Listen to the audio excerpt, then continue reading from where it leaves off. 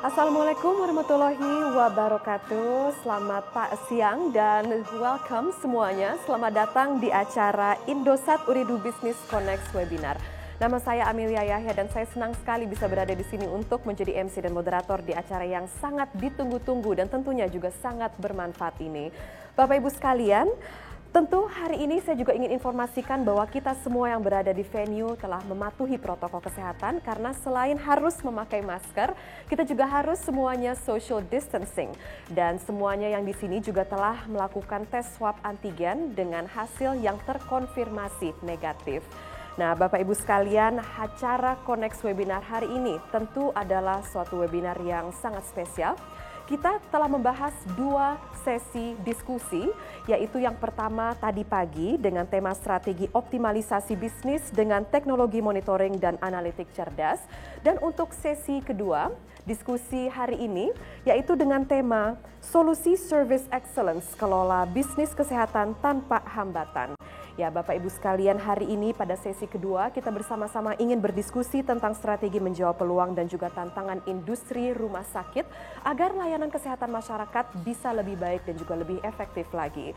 Nah, Bapak Ibu sekalian, tentu mewakili Indosat, kami mengucapkan terima kasih sebesar-besarnya atas kehadiran dan juga partisipasi Anda dalam acara ini. Without your support, this event would not be possible. Nah, Bapak Ibu sekalian, tentu hari ini kita juga telah menghadirkan narasumber-narasumber luar biasa. Izinkan saya untuk mengucapkan selamat datang kepada yang kami hormati, Bapak Bayu Hanantasena, Chief Business Officer Indosat Ooredoo, dan juga Bapak Asrul Ardianto, SVP Head Public Sector and Energy Indosat Ooredoo, Bapak Jesse Abdurrahman, Founder Zcare Indonesia, Bapak Anis Fuad DEA, anggota Kompartemen Pusat Data dan Informasi Persi, dan juga Bapak Sabrul Jamil, Manager Business Demand IT Infrastructure, dan juga Security and Policy PT Pertamedika IHC. Mari kita beri tepuk tangan terlebih dahulu untuk narasumber kami hari ini. Selamat datang, gentlemen. Ya, Bapak Ibu sekalian yang hadir dengan kami secara virtual, tentu kami juga ingin mohon kepada Anda semua agar Anda tetap bersama kami sampai akhir acara, karena nanti di akhir acara juga akan ada sesi door prize. Untuk itu, tetaplah bersama kami. Nah, Bapak Ibu sekalian, sebelum kita ke acara utama, mari bersama-sama kita saksikan video berikut ini. Partner yang berpengalaman dapat diandalkan untuk mencapai tujuan. Partner yang berpengalaman pantang menyerah dalam menghadapi tantangan masa depan. Dan sebagai partner yang berpengalaman, Indosat Ooredoo Business berkomitmen untuk selalu memberikan solusi yang memudahkan segala aktivitas bisnis Anda. Dengan jaringan luas yang menjangkau seluruh Indonesia, membuat Anda tetap terhubung dengan banyak negara. Dengan inovasi teknologi kami, Anda dapat menyajikan konten promosi yang lebih tepat sasaran melalui media digital dan layanan suara yang membuat Anda lebih dekat dengan pelanggan.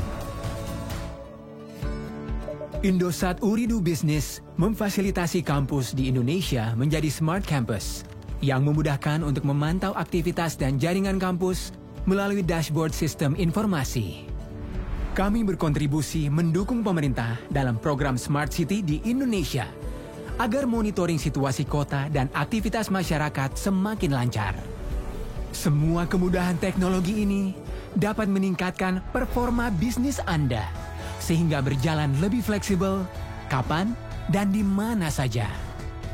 Dengan solusi IoT, kami memberikan kenyamanan dan menjaga keamanan aset perusahaan Anda yang berharga. Indosat Ooredoo Business akan terus berinovasi dalam memberikan berbagai solusi teknologi terbaik untuk Anda. Saatnya melangkah bersama kami dan hadapi tantangan berikutnya di era digital.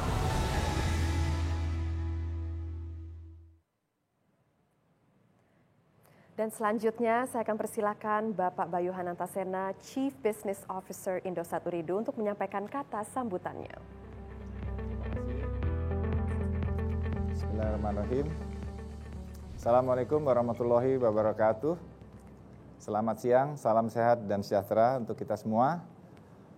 Terima kasih atas kehadiran Bapak Anies Fuad dari Persi, Bapak Jesse Abdurrahman dari Zicare, dan Bapak Sabrul Jamil dari Pertamedika, serta rekan-rekan sekalian di acara Connect Webinar hari ini dengan topik pembahasan Solusi Service Excellence, Kelola Bisnis Kesehatan Tanpa Hambatan.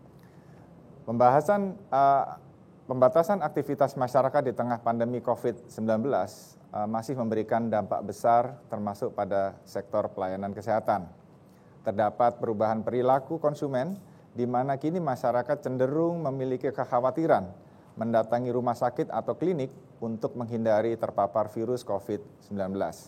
Kemudian adanya kondisi keterbatasan teknologi yang dimiliki oleh industri kesehatan saat ini untuk mempertahankan komunikasi dengan pelanggan juga memberikan dampak besar yang mengakibatkan penurunan signifikan pada jumlah pasien rawat jalan. Memahami kebutuhan akan kondisi tersebut, Indosat Ooredoo Business sebagai trusted partner berpengalaman menghadirkan layanan inovasi iDoc dan Smart Asset. iDoc merupakan sebuah one-stop healthcare application platform bagi industri pelayanan kesehatan yang memiliki teknologi untuk membantu digitalisasi operasional rumah sakit, serta memudahkan pasien melakukan konsultasi langsung atau telemedicine dengan dokter di rumah sakit, hingga melakukan pemesanan dan pengiriman obat ke rumah pasien. Sementara, Smart Asset merupakan sebuah solusi IoT atau Internet of Things untuk manajemen dan monitoring aset yang dapat memastikan proses cold chain dari perusahaan dapat dimonitor dengan baik sehingga dapat menjaga kualitas produk selama pengiriman dan penyimpanan. Inovasi ini diharapkan dapat mendukung kebutuhan digitalisasi di sektor pelayanan kesehatan seperti rumah sakit dan klinik. Untuk itu, saat lagi pada Connect Webinar kali ini bersama para narasumber selaku expert dan praktisi di sektor layanan kesehatan, kita akan berbagi insight dan membahas seputar tantangan apa saja yang dihadapi di industri rumah sakit atau sektor pelayanan kesehatan, hingga pentingnya digitalisasi untuk membantu mengatasi berbagai perubahan global di tengah pandemi ini. Semoga Connect Webinar hari ini dapat memberi banyak informasi positif agar kita semua tetap optimis untuk bertahan dan tumbuh bersama meski di situasi sulit sekalipun. Terima kasih atas perhatiannya. Please enjoy the event. Kita lihat tayangan berikut ini. Assalamualaikum.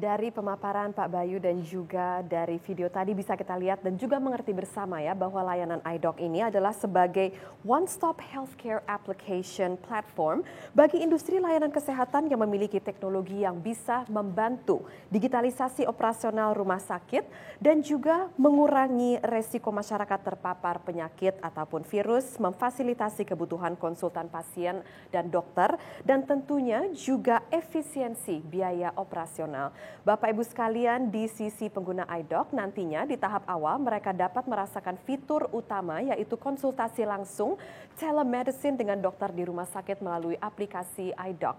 Resep pengobatan dapat dipesan lalu diantar langsung ke tempat pasien dan juga pengurusan administrasi tanpa perlu antri lagi, serta berbagai info penting dari rumah sakit ke pasien. Nah, Bapak Ibu sekalian, sekarang mari kita bersama-sama mulai panel discussion kedua hari ini dengan tema Solusi Service Excellence Kelola Bisnis Tanpa Hambatan. Nah, sebelumnya izinkan saya untuk memberikan sedikit informasi mengenai narasumber-narasumber luar biasa kami terlebih dahulu. Kita mulai dari Bapak Asrul Ardianto, beliau adalah SVP Head Public Sector and Energy Indosat Ooredoo Business. Spesialis bisnis teknologi dengan pengalaman bisnis lebih dari 15 tahun dari tingkat operasional hingga tingkat manajemen dengan pengalaman kepemimpinan sebagai Managing Director Indosat Singapore Private Limited. Dan untuk narasumber kedua kami adalah Bapak Jesse Abdurrahman. Beliau adalah founder Zcare Indonesia. Pak Jesse adalah pendiri Sistem Informasi Kesehatan Zcare dan telah terlibat dalam industri kesehatan selama hampir 1 dekade. Dan narasumber selanjutnya yang hadir bersama kami secara online adalah Bapak Anis Fuad DEA, anggota Kompartemen Pusat Data dan Informasi Persi. Bapak Anis adalah peneliti dan juga dosen informatika kesehatan kependudukan. Beliau memiliki pengalaman lebih dari 15 tahun di berbagai konsultasi, penelitian, dan kegiatan terkait bekerja sama dengan Kementerian Kesehatan, BPJS Kesehatan, Rumah Sakit, Dinas Kesehatan, Kabupaten, dan juga sektor swasta. Dan selanjutnya yang juga hadir bersama kami secara online adalah Bapak Sabrul Jamil. Bapak Sabrul Jamil ini adalah Manager Business Demand IT Architecture, Security and Policy PT Pertamedika IHC. Berkecimpung di bidang teknologi informasi healthcare sejak tahun 2000. Nah, Bapak Ibu sekalian, seperti di sesi diskusi pertama pagi tadi ya, untuk sesi diskusi hari ini, siang ini juga akan interaktif karena selain saya sebagai moderator yang akan bertanya kepada narasumber hari ini, dan kami juga persilakan kepada Bapak Ibu sekalian yang menyaksikan acara ini secara virtual untuk mengajukan pertanyaan langsung ke narasumber kami hari ini dengan tulis saja nama Anda, media atau instansi atau institusi Anda, dan juga pertanyaan dan kepada siapa pertanyaannya ditujukan. Baiklah, di sesi ini tentu kita semua bersama-sama akan berdiskusi tentang strategi menjawab tantangan dan juga meningkatkan mutu pelayanan industri kesehatan khususnya di rumah sakit, klinik, dan juga fasilitas kesehatan lainnya di era digital. Dan kita bersama-sama akan membahas dan mendalami solusi seputar telehealth yang saat ini mulai banyak dipilih masyarakat dalam mengakses layanan kesehatan terutama di masa pandemi COVID-19 saat ini. Dan Bapak Ibu sekalian, kami berharap semuanya bahwa sesi ini dapat menginspirasi Anda semua, pelaku industri rumah sakit, untuk mulai langkah melakukan transformasi digital demi meningkatkan pelayanan kesehatan terutamanya ke masyarakat di seluruh Indonesia. Nah, Bapak Ibu sekalian, sekarang saya akan sapa narasumber kami terlebih dahulu. Bapak, apa kabar hari ini? Alhamdulillah baik. Baik, alhamdulillah sehat semua Sehat ya. semua. Iya, dan semoga untuk narasumber yang hadir bersama kami secara virtual juga sehat semua Bapak ya. Baik, sehat Mbak Amel. Excellent. Nah, pertanyaan saya ini yang pertama saya ingin ajukan kepada Pak Anis dari Persi nih Pak. Menurut Bapak untuk memulai sesi diskusi hari ini bagaimana sih Pak Bapak melihat potensi teknologi digital yang dapat membantu industri rumah sakit, the healthcare system here in Indonesia untuk dapat meningkatkan pelayanan kesehatan masyarakat? Terima kasih Mbak Amel. Ini pertanyaan penting sekali nih Mbak Amel. Apalagi kita di situasi pandemi seperti sekarang ini. Dan tadi ketika kita lihat video yang ditampilkan oleh versi sebelumnya, memang kita dalam situasi yang harus berjuang dan harus segera bangkit dalam kondisi seperti ini. Berkaitan dengan hal tersebut, saya kira potensi digitalisasi sangat penting. Tahun 2019, WHO sebenarnya sudah merekomendasikan berdasarkan sekian publikasi internasional yang ada, sekian uji klinik yang ada, bahwa inovasi digital itu sangat penting sekali untuk meningkatkan sistem kesehatan. Dalam hal ini termasuk misalnya adalah peningkatan kesehatan masyarakat. Ada sekian mode atau cara untuk meningkatkan sistem kesehatan masyarakat melalui teknologi digital, dan adanya pandemi menunjukkan bahwa solusi tersebut semakin nyata karena ada pembatasan dan teknologi digital dapat membantu kita. Namun yang menurut saya menjadi lebih penting lagi adalah bahwa tidak hanya teknologi digital itu sendiri yang hadir begitu saja kemudian dapat membantu kita meningkatkan status kesehatan masyarakat. Tetapi kita juga harus ingat bahwa masalah kesehatan kita juga saya kira beragam dan kompleks. Kita masih menghadapi angka kematian ibu yang tinggi, bayi, balita, masalah gizi, stunting. Demikian juga misalnya adalah ketersediaan dokter dan fasilitas kesehatan yang tidak merata. Dan masyarakat juga harus mendapatkan akses terhadap pelayanan obat maupun pelayanan kesehatan lain yang harus terjangkau. Dan teknologi digital hadir untuk itu. Nah, sekarang pertanyaan pentingnya adalah bagaimana dari sekian PR tentang masalah kesehatan tersebut, teknologi digital dapat hadir dan membantu mengatasinya. Dan ini saya kira kita perlu butuh kerjasama, tidak hanya kami di sektor kesehatan di rumah sakit, tapi juga mitra yang menyediakan solusi teknologi. Dan kemudian juga pemerintah yang saya kira harus mengatur bagaimana regulasinya agar kita semakin percaya bahwa teknologi tersebut memang benar hadir dan membantu kita mengatasi masalah kesehatan masyarakat yang saat ini masih kita hadapi. Demikian Mbak Amel. Baik, lalu Pak Anies melihat dengan potensi sebesar ini, it is indeed time for us to embrace the technological advancement, Pak ya. Lalu bisa Bapak jelaskan ataupun gambarkan potret transformasi digital di industri ataupun di bisnis rumah sakit di Indonesia ini, Pak? Ya, menarik Mbak Amel. Kalau kita lihat ada sekitar 3.000-an rumah sakit di Indonesia saat ini. 5 tahun yang lalu, yang sudah menggunakan sistem informasi rumah sakit paling hanya sekitar 50%. Tetapi data Kemenkes tahun kemarin sudah 85% rumah sakit sudah memiliki sistem informasi rumah sakit. Namun yang perlu diketahui adalah baru sedikit diantaranya yang sudah menerapkan rekam medis elektronik. Dan kita saat ini saya kira sudah banyak yang menerapkan atau mungkin bermunculan menerapkan telehealth atau telemedicine, tetapi jumlahnya belum diketahui secara pasti.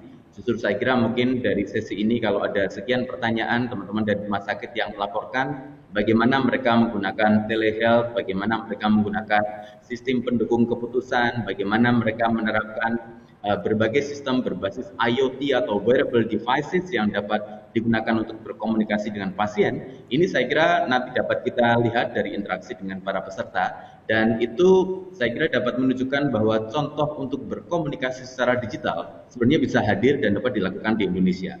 Kalau studi di luar negeri saya kira sudah banyak sekali bahwa kita berkonsultasi lewat digital itu kualitasnya bisa sama dengan komunikasi face to face untuk beberapa jenis telekonsultasi kesehatan tertentu sudah ada studinya. Namun memang masih ada beberapa studi lain yang belum dapat memberikan hasil yang memuaskan. Tetapi ini saya kira tantangan buat kita, bagaimana agar para leader di rumah sakit dapat memilih yang mana yang sesuai dan juga bagaimana memilah-milah risiko dan juga bagaimana menyesuaikan dengan teknologi maupun SDM yang ada di rumah sakit. Baik, mungkin begitu Mbak Mir. Terima kasih untuk insights-nya. Nah, Pak Jesse, Anda sebagai praktisi nih, someone who is literally in the field. Nah, Pak Jesse, menurut Anda tantangan-tantangan utama yang telah dihadapi oleh rumah sakit di Indonesia ini apa saja sih dalam melakukan transformasi digital? Oke, terima kasih Mbak. Dan terima kasih nih Pak Anies sudah membuka nih tadi. Nah, sebenarnya ini menyambung dengan apa yang disampaikan Pak Anies sebelumnya ya. Jadi permasalahan yang ada di Indonesia ini, satu, memang secara the whole industri kesehatan di Indonesia ini masih jauh dari kata digital. It's a very conventional. Ini termasuk bukan hanya di rumah sakit, tapi sebenarnya di mindset dari pelaku industrinya sendiri. That's why kenapa kalau kita mau ngomong agak frank gitu ya, to be frank, kenapa sih kalau orang Indonesia atau orang negara kita ya, kalau kita punya dana sedikit, they prefer to go Singapura atau ke Malaysia gitu ya. Padahal kalau dilihat dokter-dokter Indonesia nggak kalah. Gitu. Nah ini yang sebenarnya permasalahan ini yang membuat waktu itu industri kesehatan kita sebelum COVID ya, sebelum era COVID, sebenarnya masih bisa dibilang sebagai suatu industri yang tradisional. Nah tantangannya ketika kita mencoba me-apply digital solutions, kita mencoba mentransformasi digital industri yang masih tradisional saat itu ya, gitu. Itu sudah pasti ada di mindset, gitu. Mas, saya ini di sini buat ngobatin pasien, bukan buat main komputer. That's a very common words that I received dari terutama yang sub spesialis gitu ya, yang usianya sorry tapi memang yang udah di atas 50 tahun gitu, which is masih banyak sekali di Indonesia.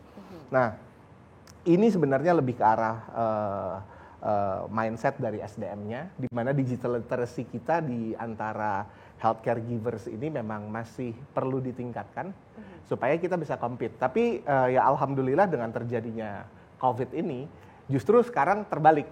Mereka sekarang lebih, ini bisa nggak sih kita nggak usah ketemu pasien?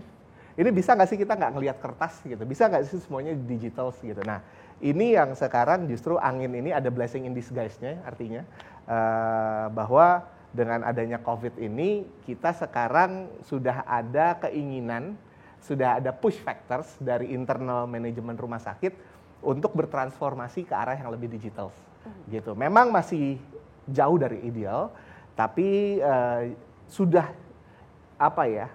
animonya sudah jauh dibandingkan sebelum COVID dulu. Mungkin itu dulu, Pak. Baik, jadi pandemi ini benar-benar adalah suatu blessing in disguise karena juga dari mendorong kita dari adaptasi dan akhirnya harus transformasi, Pak ya. Excellent. Dan Pak Jesse, terima kasih untuk insights-nya. Dan tentu kita juga ingin mendengar dari kacamata manajemen rumah sakit terkait transformasi digital ini dengan Pak Jamil dari Pertamedika. Pak Jamil, bisa Anda ceritakan transformasi digital yang dihadapi dan juga dilakukan oleh rumah sakit Pertamedika ini, perjalanannya seperti apa nih, Pak Jamil? Ya, terima kasih. Bicara Pertamedika itu mungkin mirip bicara Indonesia kecil kali ya. Kita itu punya rumah sakit di bawah Pertamina sendiri ada 14 dan itu variasinya beda-beda dari segi kita bicara IT-nya ya. Ada yang sudah mature secara sistem, ada yang masih ya terbatas sekali secara aplikasi IT-nya. Masing-masing rumah sakit mengelola database-nya sendiri-sendiri, mengelola aplikasinya sendiri-sendiri, punya jagoan-jagoannya sendiri, kemudian masing-masing juga mengelola mitigasi risikonya sendiri-sendiri. Sampai kemudian ada Pertamedika dan kemudian ada amanah dari BUMN, kita harus mengelola tambahan sekitar 70-an rumah sakit, sekarang sudah 35 yang bergabung. Ini kan harus ditata ya, harus dikelola, jangan sampai kebanyakan rumah sakit ini kemudian menjadi jalan sendiri-sendiri, datanya tidak terintegrasi. Contoh ya, kalau saya berobat misalnya, Mbak berobat lah di RSPP pusat ya, di Kiai Maja. Kemudian berobat lagi di Balikpapan. Itu datanya nggak kebawa. Jalan sendiri-sendiri. Nah itu yang akan kita urus.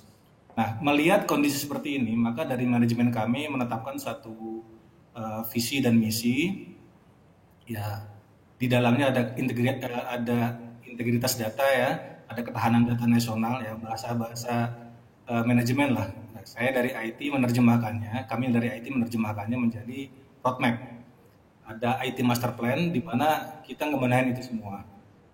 Kita ibaratkan seperti sedang membangun suatu infrastruktur di mana aliran-aliran data itu harus ngalir dengan baik. Maka kita bangun infrastruktur. Main link internetnya kita perkuat, kemudian ada server kita perkuat, DRC kita perkuat. Setelah itu semua kita bangun di awal 2020, 2021 ini masih jalan, kita bergerak ke sistem. Kita perbaiki aplikasi, kita concern pada standarisasi data, standarisasi proses bisnis, sehingga apa yang tadi terjadi di mana data dikelola masing-masing, proses bisnis beda-beda, dan IT-nya tersebar, sekarang kita usahakan untuk bisa bersatu. Ini masih dalam proyek yang sedang berjalan. Kita menyebutnya One Solution System, di mana nanti setiap rumah sakit yang berada dalam lingkungan Pertamedika IHC itu akan menggunakan aplikasi yang sama. Kalaupun bukan aplikasi yang sama, setidaknya mereka menggunakan standarisasi data yang sama. Sehingga in case seorang berobat di rumah sakit A di bawah lingkungan kita, kemudian dia berobat di lingkungan rumah sakit B, dia datanya harus ke bawah. Dan data ini tadi sudah disebutkan medical record elektroniknya harus ke bawah oleh sistem. Selain itu juga standarisasi meliputi master data tadi disebutkan, kemudian juga data obat, data tindakan, data dan lain-lain. Ketika sudah terstandarisasi, semua kita ngeluarnya enak dan pastinya di ujung yang menikmati itu adalah pasien sendiri dan kemudian baru dari pihak manajemen ya, dari pihak rumah sakit, direksi itu cepat ngambil keputusannya karena aliran datanya itu ngalir jadi satu, proses menjadi reportingnya itu juga cepat. Kira-kira seperti itu yang bisa saya ceritakan. Baik, Pak Jamil, dari pengalaman transformasi digital dari manajemen rumah sakit ini, Bapak bisa utarakan juga ini tantangan utama yang telah dihadapi dan juga support yang paling penting dan yang paling dibutuhkan ini sebenarnya apa sih, Pak? Kita bicara di sini bisnis ya, bisnis layanan kesehatan. Sehingga yang menjadi panglima tetap adalah direksi dari bisnis tersebut. Posisinya tidak bisa diinisiasi dari tim IT, dari divisi IT, enggak. Itu harus dari pemilik bisnisnya, dalam hal ini direksi. Kita ada direktur utama, direktur keuangan, direktur transformasi bisnis, semua bergerak bersatu. IT oke, jadi tulang punggung.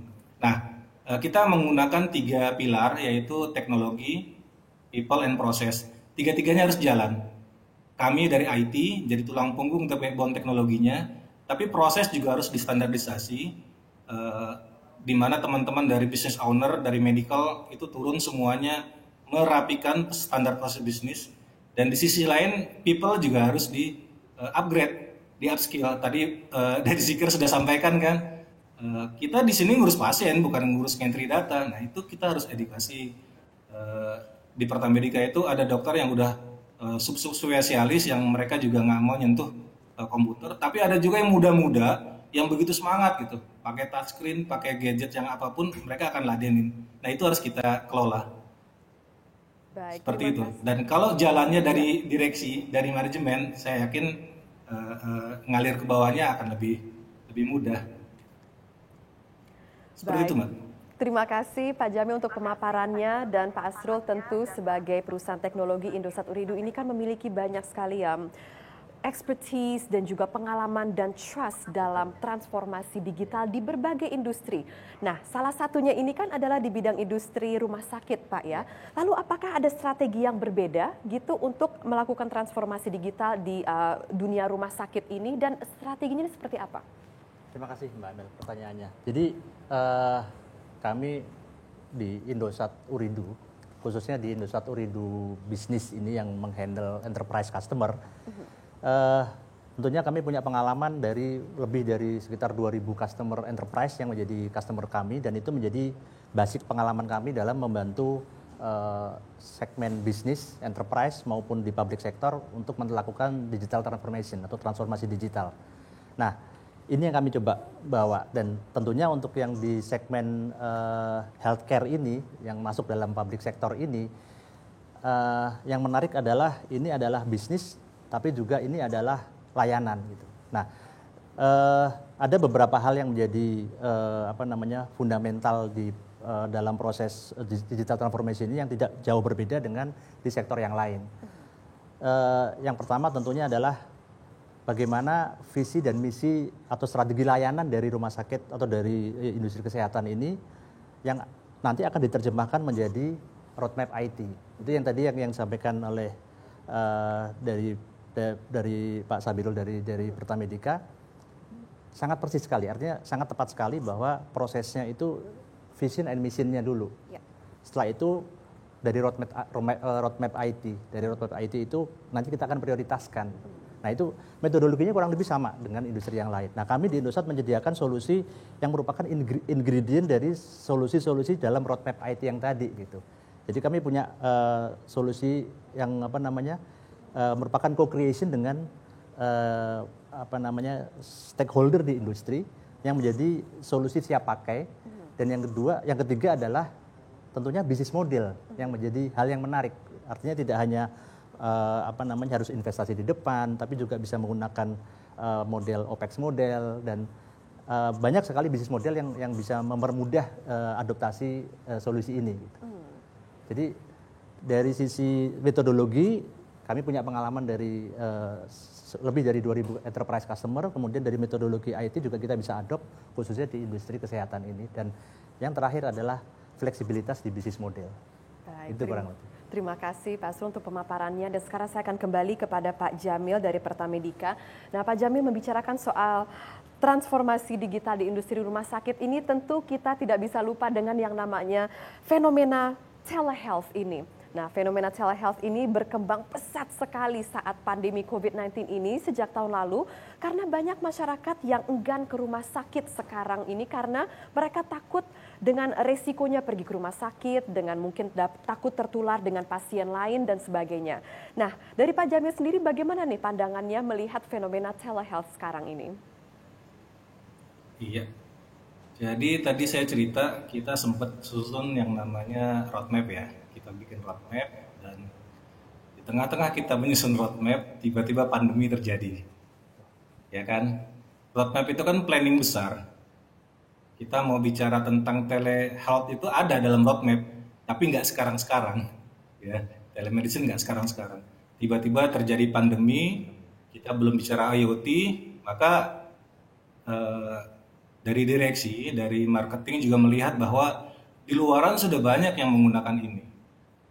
Maka saya buka sedikit, dari direksi kami mengatakan bahwa yang paling berhak menggunakan telehealth, menjalankan bisnis itu adalah dari pihak rumah sakit, apalagi kita grup. Maka kita nggak boleh kalah. Gitu. Kalau banyak yang lain kemudian menggunakan mengusulkan solusi itu, jalan dengan solusi itu, is okay. Artinya ini kan masyarakat juga diuntungkan banyak pilihan. Tapi dari sisi kami juga berbenah. Maka walaupun roadmap sudah disusun, maka kita harus agile, kita harus menyesuaikan diri. Awalnya kita siapkan dalam bentuk yang sederhana, karena kan pasien harus segera dilayani. Teknologi nggak bisa menunggu. Akhirnya kita gunakan teknologi yang ada. Ya kontak lewat WhatsApp lah, voice call lah, Zoom lah, apapun yang bisa kita gunakan. Itu kita laksanakan. Dan itu jalan secara parsial di rumah sakit kami. Sambil itu jalan, kita siapkan sistemnya. Maka kira-kira pertengahan bulan yang lalu, kita sudah menyelesaikan aplikasi IHC Telemed namanya. Kita siapkan itu dan sama sih seperti yang tadi diceritakan, mirip-mirip dengan dari Indosat, ya kita integrated. Dan penerapan telehealth ini berjenjang. Tahap awal mungkin yang penting bisa ngobrol dengan dokter dulu, gampangannya gitu. Ibu sakitnya apa? Oh, benjol di mana? Bisa difoto Bu benjolnya, seperti itu. Tahap kedua mungkin kita pakai IoT, di mana bisa ngedetek berbagai macam hal yang ada dalam tubuh kita. Sama seperti kalau kita datang ke rumah sakit, kemudian diperiksa oleh perawat, gitu kan. Kita bisa cek suhu, bisa cek berat badan dan lain-lain. Gitu. Berikutnya kita integrasi dengan apotek. Terus sampai nanti kita tingkatkan terus. Tapi yang penting kan jalan dulu. Kita sambut dulu kebutuhan pasar yang ada di masyarakat Indonesia pada saat ini. Itu yang kita lakukan. Demikian, Mbak. Baik, terima kasih Pak Jamil dan Pak Anies. Dari kacamata Persi ini kan bisa kita lihat dari pemaparan Pak Jamil tadi ya, bahwa telehealth ini kan sampai sekarang masih sebagai sebatas konsultasi saja. Nah, menurut Bapak, ini perkembangannya ke depannya ini akan seperti apa? Ya, menarik. Ada dua hal. Yang pertama adalah situasi pandemi. Ketika situasi pandemi masih belum bisa terkendalikan, ada potensi bahwa kita akan semakin lama akan semakin tergantung kepada telehealth. Bahkan di beberapa tempat dokter atau rumah sakit yang sudah nyaman, mungkin malah sudah mengalihkan beberapa layanan-layanan yang lebih simpel dapat memanfaatkan layanan telehealth. Itu yang pertama. Nah, yang kedua adalah perubahan pada sisi konsumen. Konsumen yang semakin nyaman, mungkin malah dia akan memilih rumah sakit yang sudah memiliki layanan tersebut dibandingkan dengan rumah sakit lain. Apalagi dalam konteks pandemi yang belum berakhir seperti ini. Nah, kuncinya nanti akan menjadi apa? Kuncinya adalah pertemuan antara situasi pandemi yang belum berakhir, masyarakat yang juga sudah semakin nyaman menggunakan layanan tersebut. Itu saya kira akan terletak pada sejauh mana rumah sakit akan berinovasi mengikuti perkembangan konsumen, dan juga saya kira juga akan mengikuti kebutuhan dari sisi dokter atau sisi provider itu sendiri, yang saya kira juga akan beradaptasi juga. Apalagi sekarang dokter-dokter muda juga sekarang semakin familiar menggunakan teknologi. Dan teknologi juga berkembang pesat. Sekarang layanan untuk misalnya katakanlah rekam medis elektronik berbasis voice misalnya, itu sudah berkembang. Jadi dokter mungkin yang dulu concern kalau saya nulis mencatat itu lama, mungkin ngomong kemudian automatically converted into text, that is possible. Jadi itu sudah dilakukan di beberapa tempat. Jadi saya kira situasi pandemi akan mendorong ini akan kemungkinan bisa berlangsung terus. Kemudian juga perubahan perilaku pada orangnya, jadi pada dokternya maupun pada konsumen penggunanya.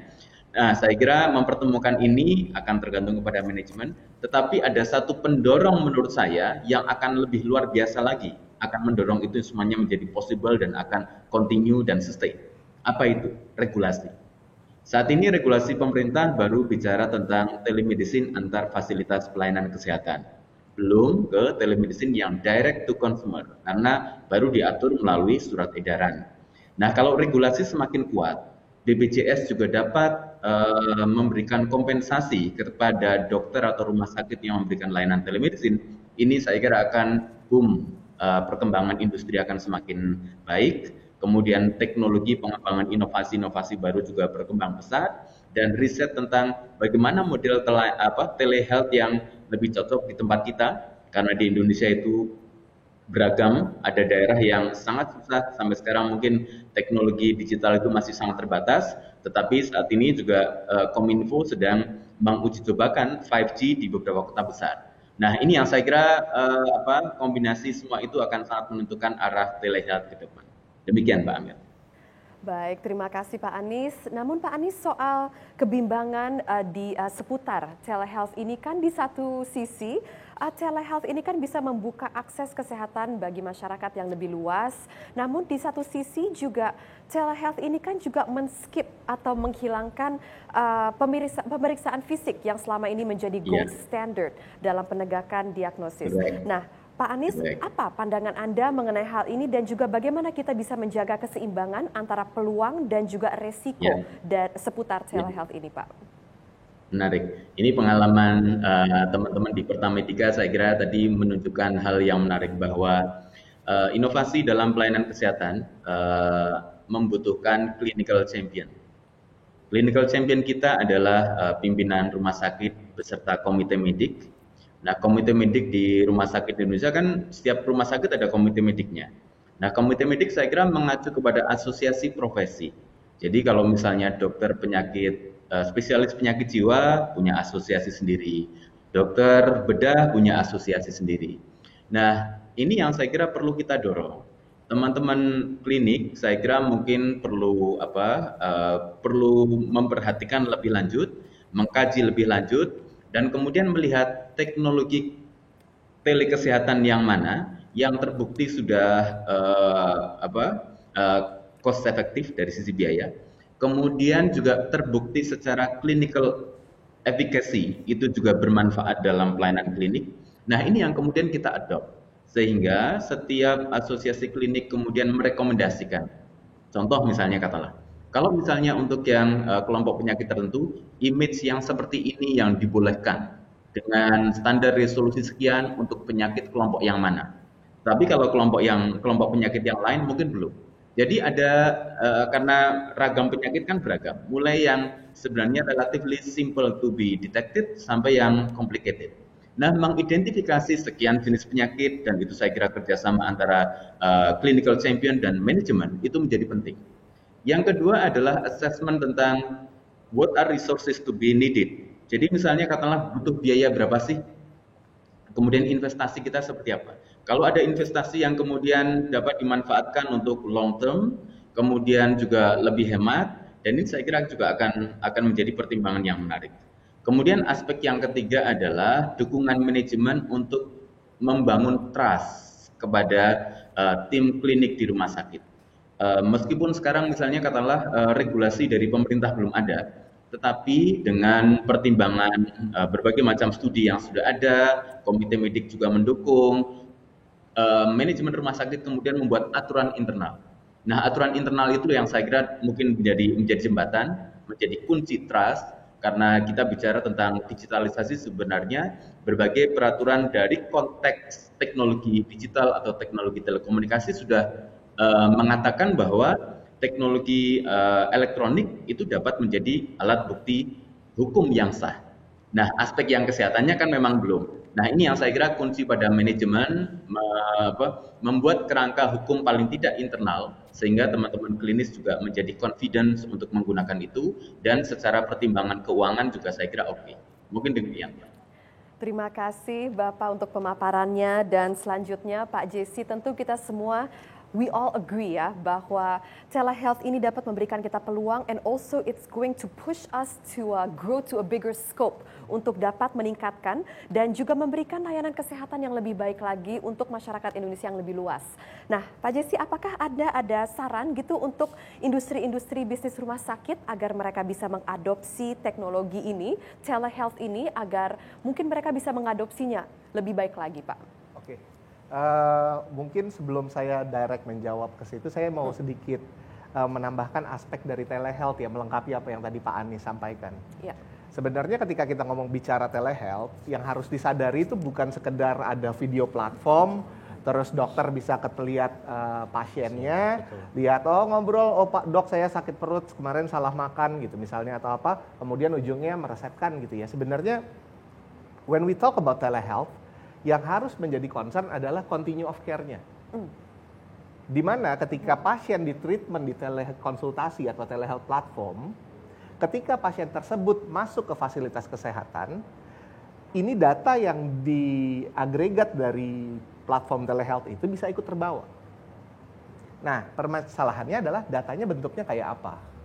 Nah, ini yang sebenarnya teman-teman di Kementerian Kesehatan juga menggait industri. Kita lagi mencoba membuat suatu standarisasi structured electronic medical record gitu. Dan tantangannya apa ketika kita ngomongin ini? Kita ngomongin ini sebenarnya standar di luar itu udah banyak. Kita mau ngomongin SNOMED City, kita ngomongin Loings Watt Lab, kita ngomongin Nanda Niknok untuk keperawatan, kita ngomongin ICD untuk diagnosa gitu ya. Nah, permasalahannya gimana kita melihat mengadop standar yang sudah ada di Indonesia ini, di dunia ini untuk disesuaikan dengan kebutuhan di Indonesia gitu. Selama standar ini belum ada, mau itu sistem di rumah sakit ada yang punya sistem, saya sudah punya electronic medical record, kita juga udah punya platform teleconsultations. Nah, ketika pemerintah bilang oke, saya mau agregat datanya dok. Nah, ketika tidak distandarisasi, data ini akan sangat sulit untuk bisa ada meaningful use-nya gitu. Karenanya itu di Amerika, di United States, itu mereka sangat menyebut EMR itu ada levelnya itu dari meaningful use-nya. Seberapa meaningful datanya itu bisa dipakai oleh dokter atau caregiver dalam men-treat patients. Nah, mungkin itu yang sebenarnya ketika kita ngomongin telehealth, it's not only about the technology to talk directly atau via teknologi, tapi gimana caranya data ketika itu dikumpulkan, ketika itu di-gather, pelayanan ke pasiennya itu tetap continue, tetap tidak terputus gitu. Jangan begitu di telehealth, kamu kondisinya ini lebih baik kamu ke rumah sakit deh ya, kamu udah lebih dari mild nih, udah severe nih jatuhnya ke rumah sakit. Tapi apapun yang sudah diagnosa yang ditegakkan sama dokter itu atau dia lihat gitu ya asesmennya, itu tidak terbawa gitu dan tidak, jadi harus diulang lagi gitu. Dan ini kan sebenarnya inconvenience untuk pasiennya. That's why kenapa saya melihat solusi dari teman-teman di Indosat yang iDoc ini, mereka approach-nya cukup holistik. Dalam arti kata mereka bukanlah suatu platform telemedicine, tetapi benar-benar itu terintegrasi dengan layanan SIM-RS-nya atau HIS-nya atau Hospital Information System di rumah sakit. Jadi ini bukan suatu sistem yang punya platform sendiri, enggak gitu. Sehingga apapun yang terjadi ketika lagi pasien konsultasi, data apapun yang digather ini bisa dipassing through ke rumah sakitnya directly gitu. Nah, mungkin ini sih arahnya ya sebenarnya kalau kita mau ngomongin ke arah mana sih sebenarnya telekonsultasi ya bermuaralah kepada fasilitas kesehatan, karena ketika kondisi pasien memburuk atau kondisinya kan kalau tele kan ada keterbatasan ya, tidak bisa nyentuh, nggak bisa lihat ini, terus ujung-ujungnya mesti ada pemeriksaan lebih lanjut laboratorium gitu atau radiologi gitu. Itu kan semua terjadi di vaskes di rumah sakit. That's why the good tele health platform is the one that connected with hospital systems. Itu sih mungkin arahnya kalau saya lihat ke depannya sebaiknya itu arah dari pengembangan telekonsultasi atau telemedicine ini ke arah situ gitu. Ini itu dulu, Pak. Terima kasih Iya. Pak Jesse, very insightful. Nah Pak Asrul, dari kacamata Indosat Ooredoo ini sendiri, tadi kan Pak Jesse juga bilang your holistic approach ini sukses sekali. Nah pertanyaan saya, ini inisiatif atau strategi seperti apa sih yang diambil oleh Indosat Ooredoo ini agar dapat lebih baik lagi membantu rumah sakit untuk mengaplikasi ataupun menggunakan layanan telehealth ini, Pak? Ya, terima kasih Mbak Amel. Jadi seperti saya sampaikan tadi di depan, kami adalah enabler untuk transformasi digital di industri. Dan kalau kita bicara di industri kesehatan, khususnya di rumah sakit, pendekatan kita tentunya end-to-end atau integrated solution. Sehingga tadi disampaikan oleh Mas Jesse, oleh Pak Anies, dan juga dari dari Pak Jamil, ada beberapa hal. Yang pertama adalah dalam situasi COVID seperti ini, kita didrive oleh COVID, baik dokter maupun pasien. Mau ketemu agak susah nih gitu kan. Mau nggak mau go digital. Tapi sampaikan Pak Jamil tadi, yang ada sekarang, yang ada dulu nih, pakai WhatsApp, pakai apa gitu ya, pakai aplikasi Messenger gitu. Artinya behaviornya mulai terbiasa. Artinya dokter dengan segala background pun akan sudah terbiasa menggunakan atau didrive ke arah digital. Kemudian yang ketiga adalah masalah regulasi. Regulasi juga tadi disampaikan,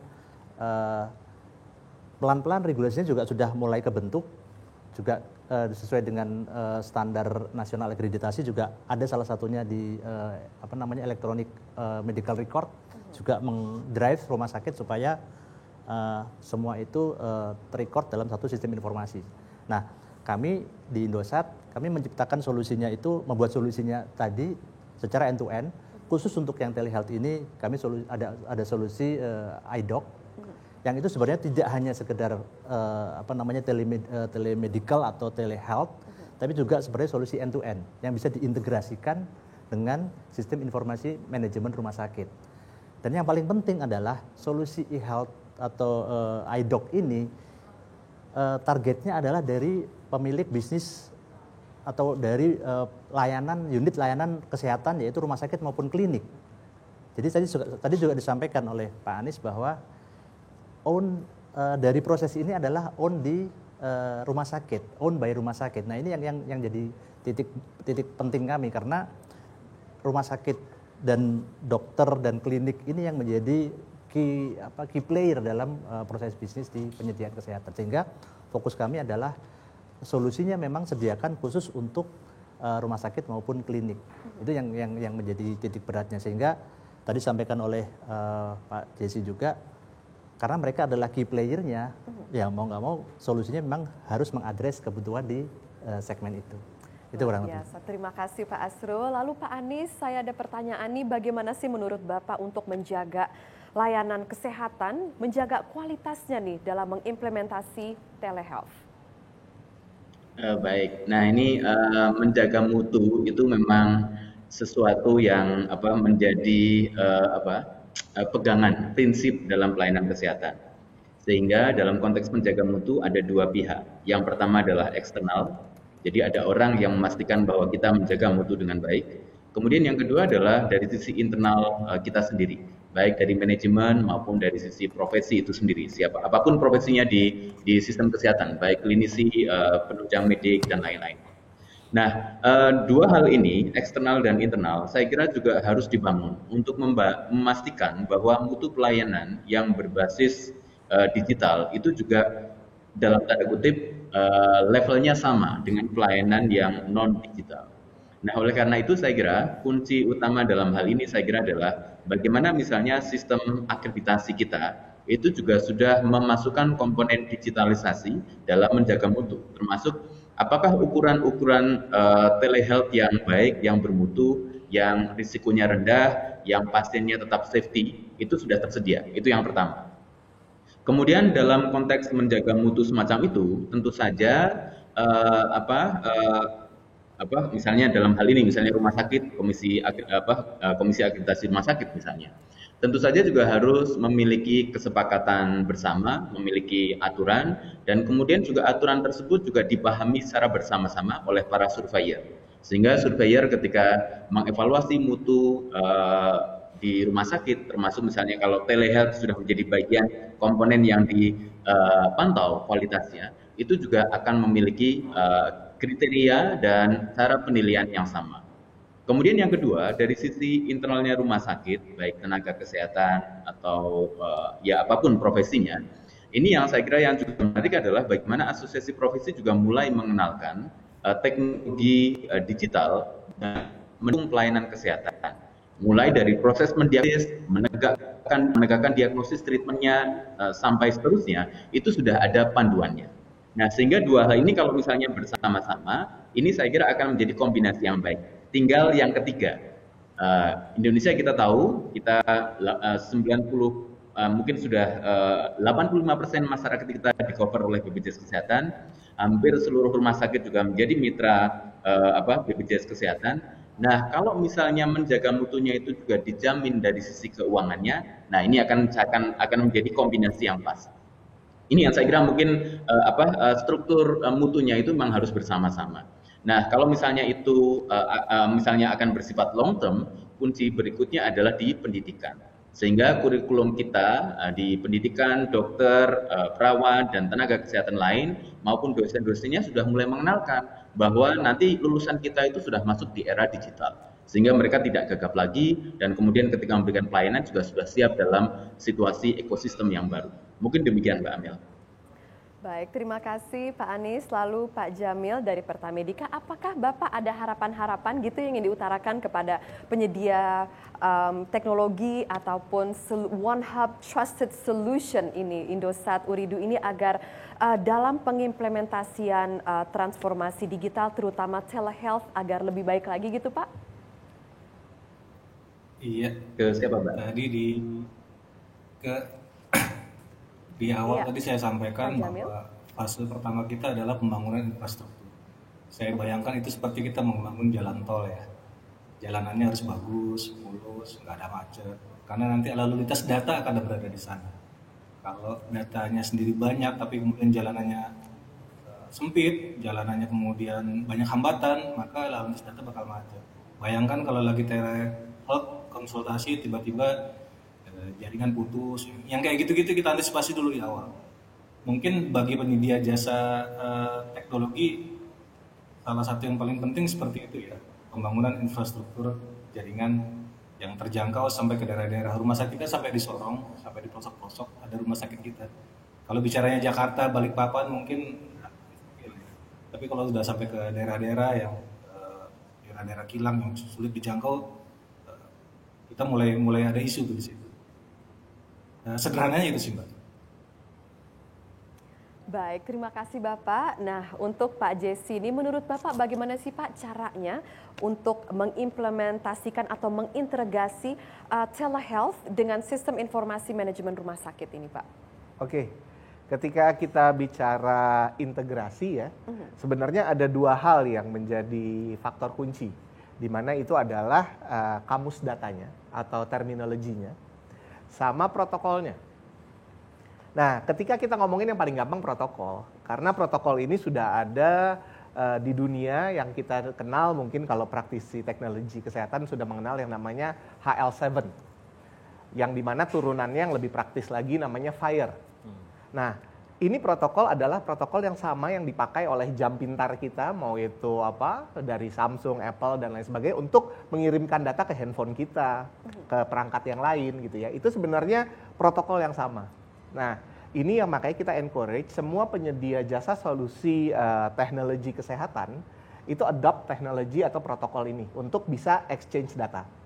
Nah, tadi yang pertama sebenarnya yang isu utamanya adalah kamus datanya atau terminologinya. Karena Kementerian Kesehatan sendiri sebenarnya sudah mulai menginisiasi dari 2011, itu disebutnya kata hati, Kamus Data Kesehatan Indonesia kalau nggak salah. Tapi memang masih terus dikembangkan dan disempurnakan.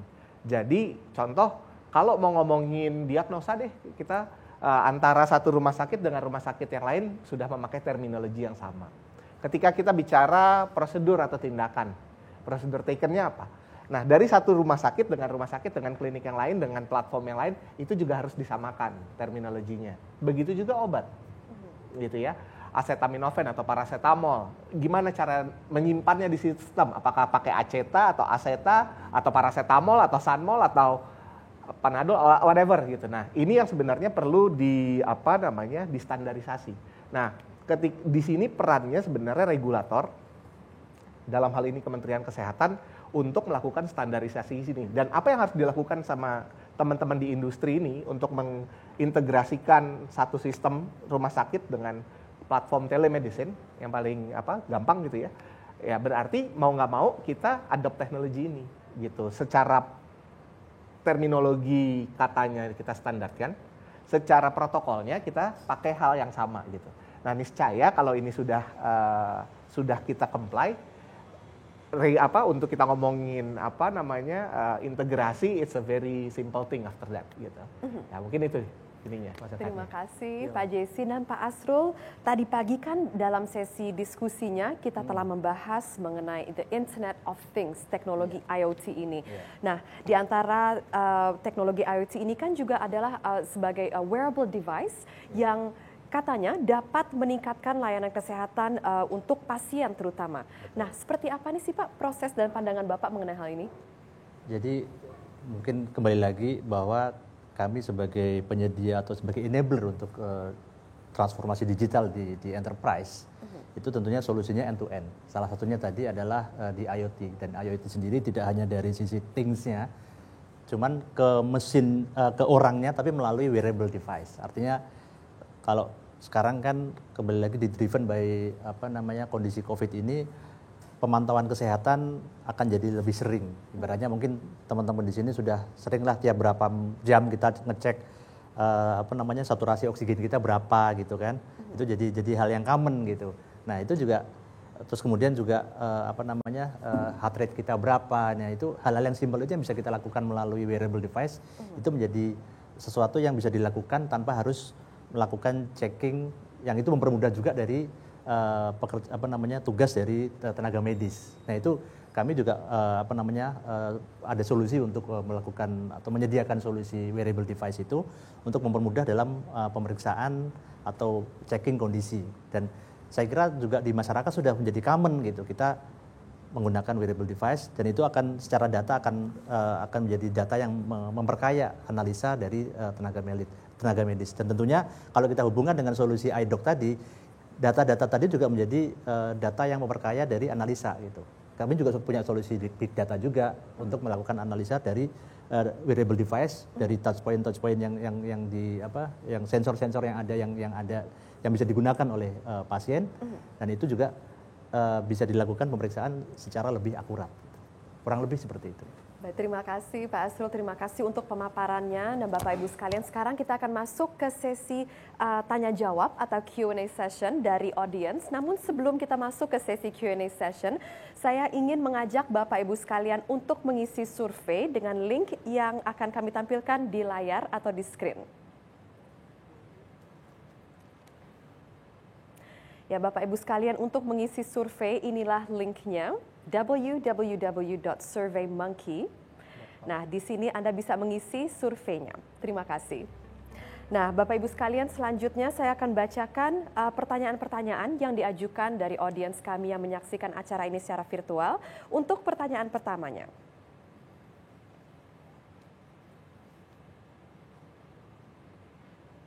Ya.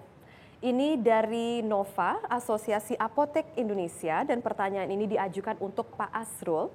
Pak Asrul, apakah Indosat punya rencana solusi digital untuk apotek sebagai kategori UMKM yang jumlahnya 30 ribuan se-Indonesia? Ya, terima kasih pertanyaannya. Selain tadi saya sebutkan ada 2.000 lebih pelanggan enterprise, kami juga fokus juga ke SME atau UMKM, usaha mikro, kecil, menengah. Dan itu menjadi salah satu fokus kami selain dari yang enterprise tadi. Tentunya dalam situasi COVID seperti ini, industri kesehatan end to end, mulai dari rumah sakit, klinik, termasuk juga apotek, itu menjadi satu mata rantai yang memberikan dukungan bagi negara kita dalam kita kembali ke keluar dari pandemi ini. Layanan kesehatan menjadi salah satu kunci, dan yang kedua adalah sektor UMKM, dan tentunya kami punya solusi selain yang tadi, selain iDoc, juga ada solusi supply chain management untuk di UMKM, dan juga solusi pembayaran di UMKM, dan pada umumnya adalah solusi yang mempermudah atau mengenable dari UMKM ini supaya kita sama-sama keluar dari kondisi yang quote unquote agak susah ya, agak sulit di masa pandemi ini. Dan kami juga sudah siapkan solusi untuk UMKM termasuk dari rumah sakit. Baik, terima kasih Bapak untuk jawabannya. Dan untuk pertanyaan selanjutnya, ini untuk Pak Asrul lagi, apakah ada solusi instan bagi rumah sakit untuk mengimplementasi digitalisasi yang mana pelaku industri ini memiliki keterbatasan resources dalam hal digitalisasi, Pak Asrul? Ya. Terima kasih. Kayaknya pertanyaannya banyak ke saya ini. Tapi nggak apa, tapi menarik. Artinya tadi disampaikan oleh Mas Jesse, rumah sakit, dokter, tenaga medis fokus pada bisnisnya, fokus pada layanan kesehatannya. Kami penyedia solusi digital, kami sebagai penyedia solusi teknologi menyediakan solusi untuk teknologi, untuk enablernya. Ya. Jadi dan itu satu mungkin paling basic tadi pertanyaannya, mungkin kalau dilihat di regulasi ke majelis ya, apakah nanti bagaimana saya harus mikirin servernya, bagaimana kami memikirkan IT infrastrukturnya. Nah itu serahkan pada kami sebagai penyedia solusi teknologinya. Misalnya di regulasi memungkinkan untuk cloud basis, tapi cloud basis tetap ada di lokasi layanan kesehatan, kami bisa siapkan juga. Atau cloud basis di public cloud, kami juga bisa sediakan. Kemudian dari sisi pengoperasiannya, karena ini modelnya adalah model bukan yang implementasi software atau aplikasi yang custom banget, dan prosesnya ini adalah proses yang bisnis prosesnya juga sangat standar. Teman-teman yang ada di bisnis industri kesehatan ini fokus pada melayani pasien, melayani di industri kesehatan. Kami akan menyediakan solusi end-to-end di infrastrukturnya maupun di layanan aplikasi bisnisnya. Kurang lebih itu. Terima kasih Bapak untuk jawabannya. Dan untuk pertanyaan selanjutnya, ini untuk Pak Jamil. Tadi Bapak menyebut soal people sebagai bagian penting dari transformasi digital. Caranya bagaimana ya Pak menyadarkan semua pihak pentingnya transformasi digital karena masih banyak yang ogah-ogahan? Wah, pertanyaan bagus nih Pak Jamil, saya persilakan. Iya, terima kasih pertanyaannya. Orang beda-beda ya, orang beda-beda. Tadi sudah saya sampaikan, ada yang semangat, ada yang kemudian merasa ini sebagai hambatan. Pertama tentunya sewajarnya kita lakukan pendekatan sosialisasi pentingnya itu seperti apa sih, kegunaannya apa sih, buat Anda sendiri gimana sih. Kalau data masuk ke dalam sistem, data itu masuk ke dalam rekam medis elektronik, maka Anda akan bisa melihat riwayat transaksi yang Anda lakukan. Anda udah ngelayanin pasien berapa banyak sih, duit yang Anda terima berapa gitu. Dia bisa ngecek secara transparan, dia bisa ngecek maksud saya klinisi ya, dokter bisa ngecek udah ngasih obat apa aja ke dokter ke pasien ini. Itu dengan mudah. Ada beberapa pasien yang bolak-balik, pasien-pasien pensiunan misalnya, dia itu bolak-balik sakitnya kurang lebih sama. Maka kita sediakan satu fitur namanya copy resep. Dengan begitu ya dia nggak usah ngetik-ngetik lagi resepnya apa, obatnya apa, tinggal klik copy maka resepnya akan ter-create. Intinya kita jelaskan kebutuhan-kebutuhan mereka yang akan bisa kita penuhi, dan hal-hal yang belum mereka bayangkan yang juga bisa kita penuhi. Itu satu. Yang kedua, dan ini yang nggak kalah penting adalah, kalau dia nggak ngentri ke sistem, insentifnya nggak keluar. Itu langkah terakhir. Artinya, kita menghitung insentif itu by sistem, by aplikasi. Mana kalau dia nggak ngentri ke dalam sistem, maka catatannya nggak ada, maka kita nggak punya dasar untuk mengeluarkan insentif untuk remunerasi untuk klinisi tersebut. Dua hal itu sih yang utama kita kerjakan. Terima kasih Bapak. Nah, saya juga ingin tanya soal tambahannya nih dari Pak Jesse mengenai yang ogah-ogahan atau yang hesitant, yang masih takut-takut untuk mentransformasi digitalnya nih Pak. Sebenarnya tadi yang dijawab sama Pak Jamil itu udah mencakup semuanya ya. Karena kalau kita ngebangun sistem itu, sebaiknya memang kita ada faktor gamifikasinya. Artinya ada sesuatu yang bikin fun untuk digunakan gitu ya, untuk senang dipakai gitu ya.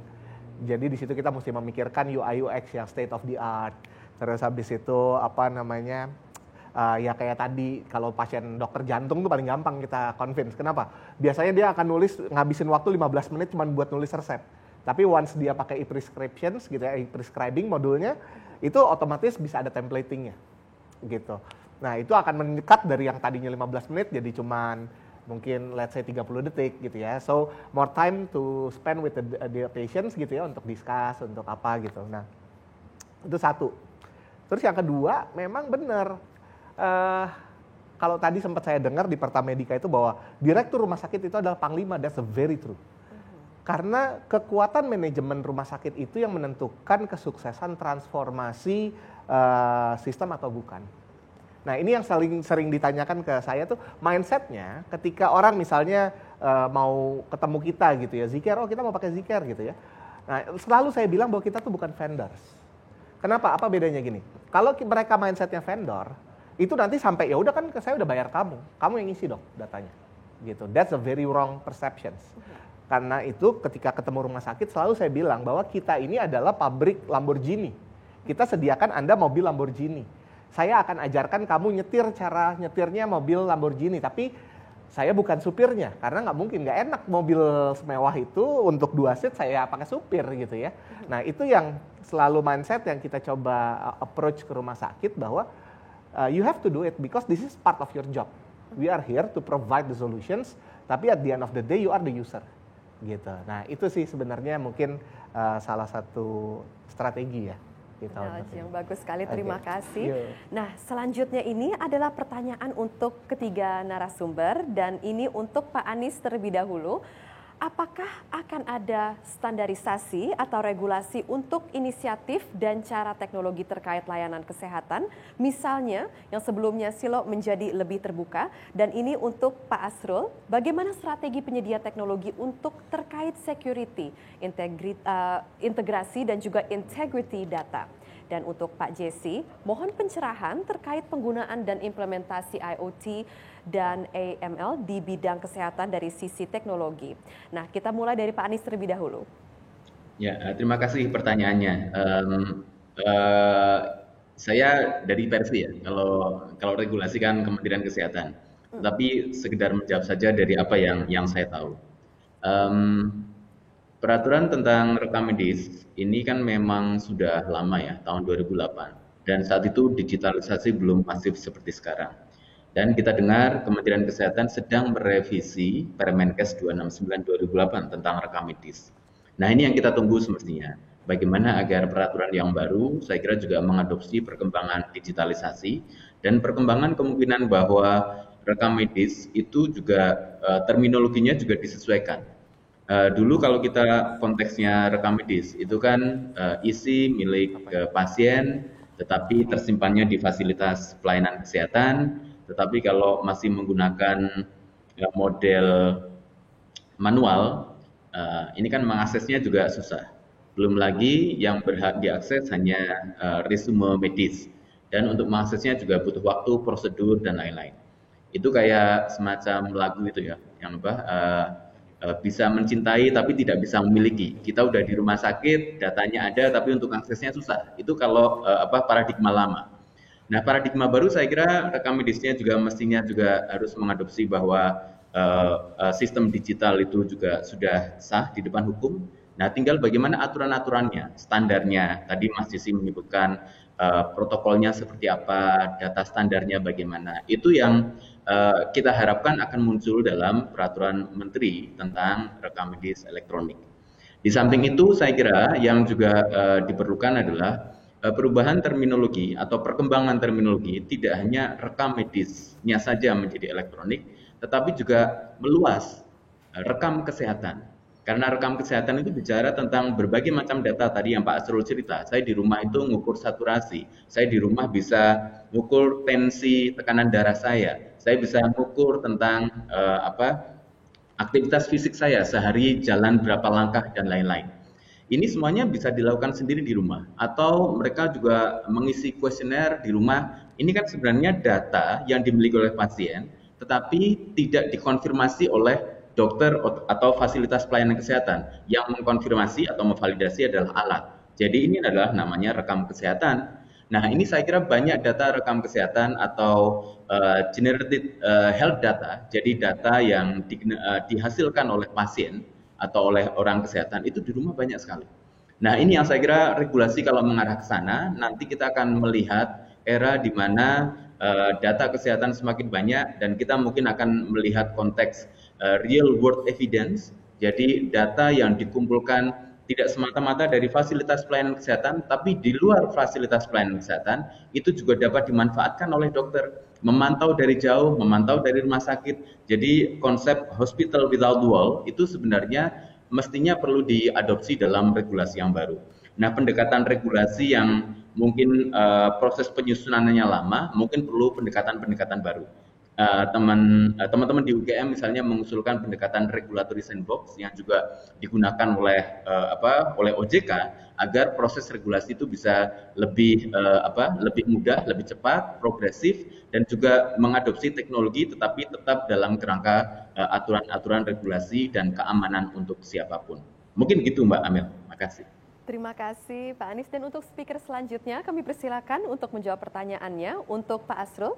Ya. Terima kasih. Ada 3 hal di pertanyaan. Yang pertama adalah security, kemudian integrasi data dan integritas data.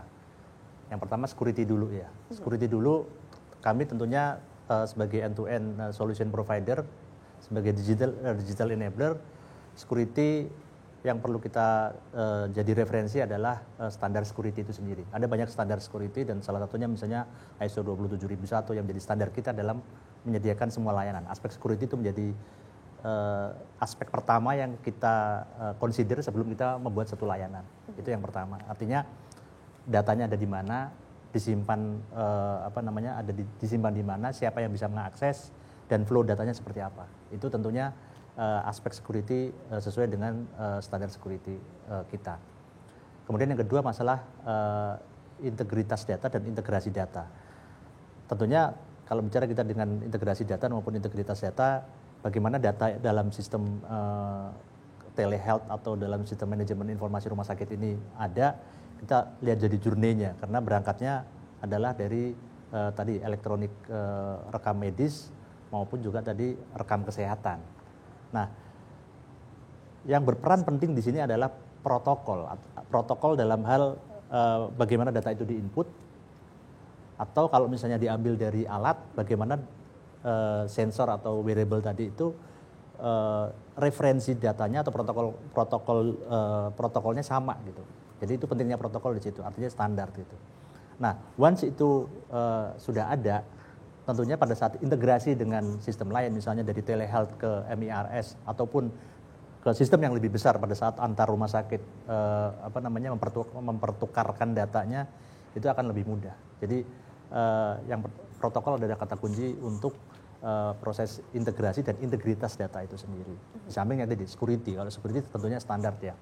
Dan artinya kalau dalam standar itu kita harus penuhin. Misalnya pada saat siapa yang bisa mengakses data itu, kemudian kita juga lakukan tes berkala, mau pen test lah maupun tes penetration test, kemudian kita juga siapkan security environment-nya, siapa yang bisa mengakses, itu jadi hal yang penting, termasuk di dalam di mana data itu bisa ditaruh gitu, karena dan siapa yang bisa mengakses dari data itu kurang lebih.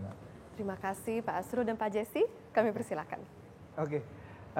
Berbicara soal IoT ya, sebenarnya tadi yang menyambung Pak Fuad sampaikan, terus Pak Asrul sudah sampaikan bahwa memang IoT itu adalah sesuatu yang kan kalau kita by definition Internet of Things, sesuatu device yang bisa terkonek ke jaringan internet untuk bisa sharing data. Nah, sebenarnya kalau kita lihat yang beredar di pasaran saat ini yang paling banyak kan untuk diagnose ya, untuk prosedur untuk tanda vital kayak misalnya blood pressure, saturasi oksigen, terus body temperature gitu ya. Terus ditambah yang tadi ada personal health-nya itu berapa langkah kita naik tangga dan lain sebagainya ya gitu. Nah, apakah ini semua data kesehatan? Yes, ini data kesehatan. Nah, PR sebenarnya yang mesti kita siapkan, kita pikirkan adalah akan ada banyak jutaan macam data yang akan tersedia secara digital, secara real time. Rumahnya udah ada belum? Gitu. Ada nggak yang nyatuin puzzle-puzzle dari data dari jam, data dari medical devices gitu menjadi satu utuh data yang tadi saya balik lagi kalau kita lihat belajar dari Amerika, mereka menyebutnya adalah meaningful use-nya. Apakah data-data itu bisa membuat asesmen seorang dokter terhadap pasien lebih komprehensif, lebih detail, lebih precision gitu. Karena kan kita ngomongin ke depan apalagi nanti ada precision medicine, artinya pengobatan sesuai dengan karakteristik ini orang, which is karakteristik ini bisa dilihat dari pola hidupnya, bagaimana ketika dia naik sepeda misalnya berapa kilometer, jantungnya paling tinggi berapa. Nah, dari situ kan kelihatan, oh ini orang punya potensi sakit ini, atau oh ini orang metabolismenya seperti ini. Nah, ini kan data ini akan menjadi sangat kaya, tapi kalau seandainya tidak ada rumah yang bisa ngolah, yang bisa mentranslate data ini menjadi satu informasi yang berguna, itu sayang sekali gitu. Nah, ya kemudian yang kedua, kita bicara soal standarisasi keamanan dan standarisasi pertukaran datanya. Kalau pertukaran data sama yang tadi saya bilang, HL7 Fire itu udah harga mati lah ya, kita bisa bilang bahwa itu adalah udah menjadi standar internasional data exchange untuk kesehatan, HIE, Health Information Exchange. Nah tapi saran kami sebenarnya dari industri terhadap regulator, dalam hal ini pemerintah, sebaiknya melakukan satu standarisasi. Kalau kayak di Amerika kembali lagi ada FDA approved gitu ya misalnya. Harus ada approval terhadap barang ini, bahwa barang ini safety, barang ini akurat, barang ini presisi, harus ketahuan berapa persen akurasinya gitu ya.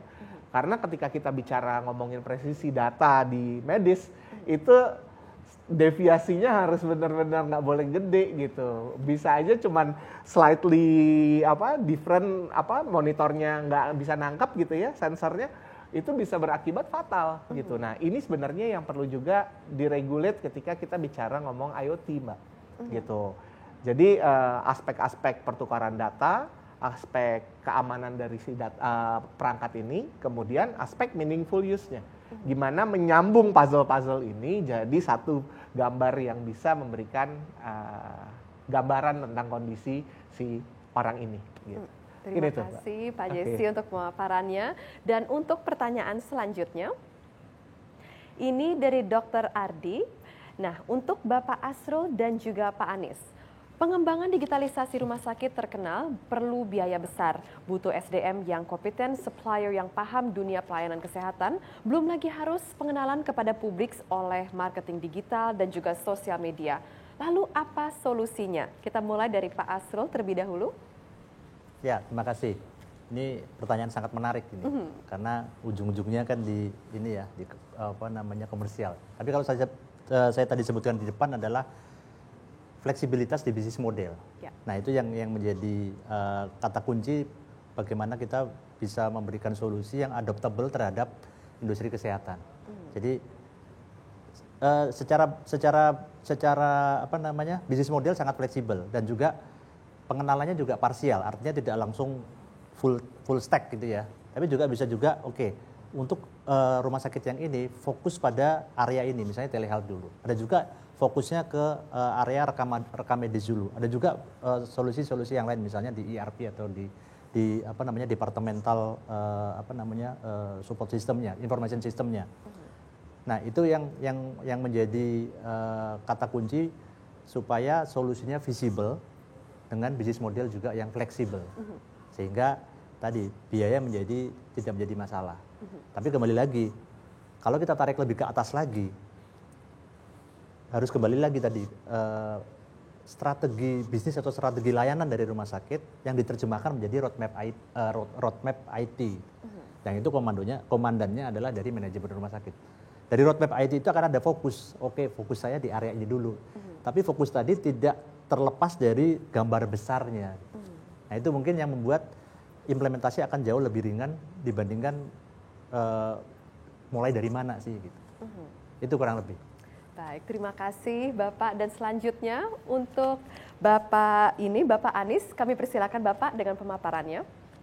Ya, ini pertanyaan susah. Kesannya semuanya itu serba susah ya. SDM-nya susah, biayanya mahal, kemudian masyarakatnya juga mungkin belum mampu. Jadi belum apa-apa kok sudah mutung duluan. Saya kira enggak. Kalau kita semestinya leader itu harus berprinsip mau digital atau ditinggal. Nah, saya kira pertama harus kita yakin dulu bahwa ini adalah arah ke depan kita. Yang pertama, ketika kita sudah yakin, kita sudah memiliki saya kira ya 50% optimisme bahwa langkah berikutnya adalah mencari bagaimana kita mencari komponen untuk mendukung keyakinan kita. Apakah semua SDM memang benar-benar susah? Pasti tidak. Pasti ada 1 atau 2 clinical champion yang mereka juga punya seide yang sama dengan leader atau pimpinan rumah sakit yang memiliki arah ke depan. Itu yang pertama. Kemudian yang kedua, apakah semua orang di keuangan itu berpikirnya hanya cari untung semua? Pasti ada yang berpikir bahwa untung itu tidak sekarang, tapi untung mungkin 2, 3, 4 tahun ke depan misalnya. Kemudian yang ketiga, apakah orang manajemen itu tidak ada yang berpikir bahwa ketika mengembangkan itu harus semuanya berubah seperti ketika Bandung Bondowoso mau meminang Roro Jonggrang dalam semalam harus bikin candi. Tentu tidak. Dari sekian layanan di rumah sakit, tentu kita pilih layanan yang paling visible, yang dokternya mampu, dan kemudian teknologinya juga saya kira mungkin tidak harus yang mahal betul. Saya kira kalau misalnya kita langsung menerapkan telesurgery, ya mungkin memang betul mimpi betulan. Tapi kalau kita menerapkan teknologi-teknologi yang lebih simpel, saya kira juga memungkinkan. Nah, ini yang saya kira mungkin teman-teman di lapangan yang dapat mengamati, dan kuncinya tadi yang disebutkan Pak Asrul. Kita sudah punya visi, kemudian roadmap-nya seperti apa, dan kemudian kita pilih titik-titik mana yang dapat kalau kita ubah sedikit, ini akan menunjukkan perubahan besar. Perubahan besar dalam waktu singkat, 3 bulan, kelihatan klinik mana yang mau berubah. Oh, sekarang pendaftaran menjadi lebih teratur, orang juga mau mengikuti langkah digitalisasi dengan mudah, ada dokter muda yang kemudian datanya semakin baik. Nah, ketika data sudah terkumpul, disajikan kepada semua orang. Ini loh, sudah mulai data kelihatan, dapat kita manfaatkan, dapat kita gunakan untuk monitor, dan mereka yang mengisi data itu kemudian dapat mengakses dengan mudah remunerasinya. Ini yang saya kira perubahan-perubahan kecil-kecil semacam itu, nanti kita akan mendapatkan a new clinical champion bertambah lagi, nanti timnya akan semakin kuat. Jika memang diperlukan, cari mitra-mitra baru di luar, mitra teknologi ini saya kira juga akan sangat membantu, termasuk misalnya pendukung dari luar rumah sakit, misalnya dinas kesehatan atau mungkin kelompok masyarakat, kelompok pasien. Ini yang saya kira nanti akan memperkuat sistem kita.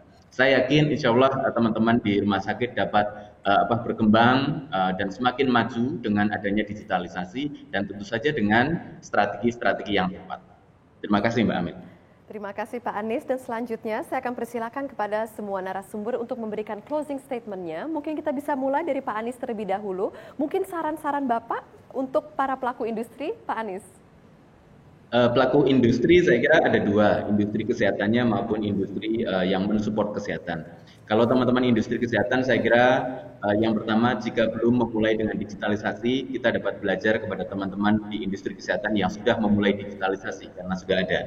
Dan yang kedua, buat teman-teman industri atau pelaku yang akan mensupport kesehatan, saya kira mendengarkan pengalaman dari teman-teman kesehatan akan membantu Anda semua untuk memperbaiki bisnis model, memperbaiki teknologi, dan kita semua akan mendapatkan manfaat dari adanya inovasi dan digitalisasi. Terima kasih Pak Anies, dan selanjutnya saya persilakan kepada Pak Jesse, mungkin untuk pihak rumah sakit yang ingin transformasi digital gitu Pak. Sebenarnya kalau untuk closing statement kita sih, apa sih pesannya buat rumah sakit untuk mulai? Ya harus dimulai, gitu. Jangan tunggu dulu sampai nanti deh lihat rumah sakit dulu yang lain berhasil enggak gitu. Karena memang kenyataan pahit di lapangan banyak sekali transformasi ini banyak gagal. gitu ya, atau menjadi satu yang wah panjang gitu. Tapi at the end of the day, it's a process gitu loh. Karena ini yang mau kita rubah ini bukan dari SDM-nya masih belum matang, dari regulasi belum matang, dari internal manajemen rumah sakit juga masih terus diperbaiki gitu ya. Jadi menurut saya jangan tunggu ideal baru mau di-adopt, tetapi lebih ke arah ya udah kita mulai selangkah, habis itu selangkah lagi, and suddenly ketika kita lihat ke belakang, wah udah jauh ya, lumayan ya jalannya gitu. Jadi mengutip salah satu rektor universitas terkenal dulu ya, dia bilang skripsi yang baik adalah skripsi yang selesai gitu. Nah kalau ini sedikit dimodifikasi, sistem yang baik, rumah sakit yang baik yang mau mendigitalisasi adalah rumah sakit yang memulai gitu. Jangan nunggu nanti tunggu anggarannya udah ketinggalan kereta nanti. Karena kalau kata Pak Anies benar tuh, digital atau ditinggal gitu. That's a very good words. Oke, terima kasih. Terima kasih Pak Jesse. Nah, kita membicarakan soal memulai nih dari pihak rumah sakit, Pak Asrul. Bagaimana nih komitmen dari Indosat Ooredoo mengenai apa sih langkah-langkah yang akan dilakukan oleh Indosat dalam membantu rumah sakit untuk mengimplementasi transformasi digital, mungkin dari iDoc ataupun dari Smart Assets atau lain lagi? Ya, terima kasih. Setelah tadi dari para pakar menyampaikan statementnya, kami dari penyedia solusi digital, Indosat Ooredoo sebagai penyedia solusi digital, kami selalu mendengar, itu yang pertama. Kami harus selalu mendengar apa yang terjadi, kemudian kami mencoba memberikan solusi bagi industri khususnya di rumah sakit ini ya.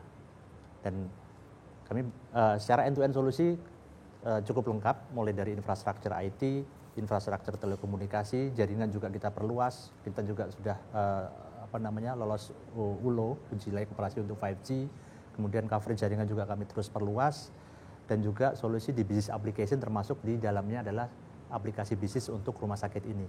Ada iDoc, kemudian juga Smart Asset, dan juga sistem informasi manajemen rumah sakit. Dan tentunya kami terus akan lakukan improvement pada saat implementasi, tentunya dengan mendengar masukan dari teman-teman di stakeholder di rumah sakit, di industri kesehatan ini. Itu yang paling penting, as ecosystem, we build the ecosystem, kita bangun ekosistem ini untuk sama-sama kita keluar dari situasi yang saat ini sulit. Di balik situasi yang sulit ini ada banyak peluang dan tantangan, dan bagaimana kita bisa memanfaatkan lesson learn yang kita dapatkan dalam situasi yang sulit ini, situasi pandemi. Kurang lebih seperti itu. Terima kasih Pak Asrul, dan selanjutnya untuk Pak Jamil dengan closing statement-nya. Bapak, kami persilahkan. Ya, terima kasih. Saya mungkin menegaskan kembali tentang pentingnya leadership ya di bisnis layanan kesehatan, bahwa transformasi digital memang harus dimulai dari lini paling atas, itu satu. Yang kedua, yang tidak kalah penting adalah ini himbauan kepada teman-teman sebagai kerja teknologi informasi. Peran kita sudah meningkat. Peran kita nggak lagi sekedar sebagai business support. Business support itu saya bayangkan sebagai, ya gampangannya nyediain laptop, PC, printer, narik-narik kabel, nyolok-nyolok jaringan, jagain supaya server nggak mati. Kita udah lebih dari itu. Kita jadi business enabler. Kita memungkinkan sesuatu yang tadinya nggak bisa jalan jadi jalan. Yang tadinya kita nggak bisa namanya melayani pasien jarak jauh, sekarang jadi bisa. Itu contohnya. Nah, yang ketiga, yang nggak kalah penting, mungkin, dan kita berusaha menuju ke sana, bahwa kita menjadi mitra strategis buat direksi, mitra strategis buat CEO kita, buat CFO kita, untuk diskusi ini bisnis apa lagi nih yang bisa kita dukung. Artinya bisa jadi insight untuk bisnis itu muncul justru dari TI. Dari TI, kemudian dikaji oleh teman-teman keuangan, kelayakannya, kemudian di-execute oleh CEO kita. Itu kira-kira. Terima kasih. Terima kasih Pak Jamil, dan terima kasih juga untuk seluruh narasumber untuk pemaparannya dan insights-nya. Bapak Ibu sekalian, kalau saya bisa memberikan sedikit kesimpulan dari sesi diskusi kedua hari ini, bahwa kita bisa lihat ya hingga saat ini kan perusahaan-perusahaan maupun pemerintah Indonesia ini sudah berlomba-lomba mendorong pengembangan teknologi telehealth sebagai solusi kesehatan di tengah pandemi COVID-19 ini. Nah, karena itulah kita semua juga terus mendorong jangkauannya agar lebih luas, agar keuntungannya dan efektivitasnya aktivitasnya ini bisa dirasakan di seluruh masyarakat Indonesia, di seluruh Nusantara. Seperti tadi contohnya Pak Jamil telah menyatakan bahwa pasien Pertamedica bisa berobat di Jakarta maupun sejauh di Balikpapan karena datanya sudah terintegrasi. Nah, bicara soal transformasi digital, salah satu yang populer saat ini adalah telehealth. Seperti tadi diungkapkan oleh Pak Anies juga bahwa telehealth menjadi relevan saat pandemi karena memudahkan pasien untuk berobat dan juga mengakses layanan kesehatan. Layanan telehealth inilah yang dihadirkan Indosat Ooredoo melalui solusi iDoc. Rumah sakit bisa memanfaatkan iDoc untuk menghadirkan solusi telehealth yang terintegrasi dan juga tentunya siap pakai. Dengan begitu rumah sakit bisa fokus menyediakan layanan kesehatan, sementara sisi teknologinya ini sendiri dibantu oleh Indosat Ooredoo. Bapak Ibu sekalian, mari kita beri tepuk tangan yang meriah untuk narasumber kita hari ini. Luar biasa sekali Bapak. Ya, Bapak Ibu sekalian yang di rumah dan juga di kantor dan juga di venue, semoga mendapat manfaat luar biasa dari narasumber kami hari ini ya. Nah, selanjutnya adalah sesi door prize persembahan dari Indosat Ooredoo Business.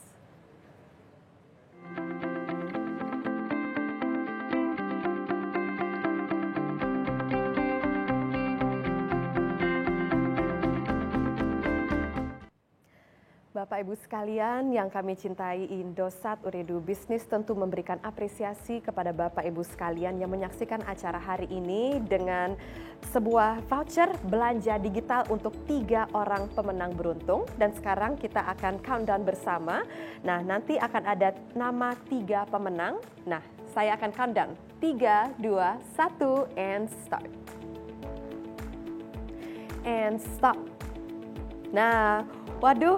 Ada namanya, ada 2 nih, Mbak Eni dan juga Haris Amri. Selamat kami ucapkan untuk Anda.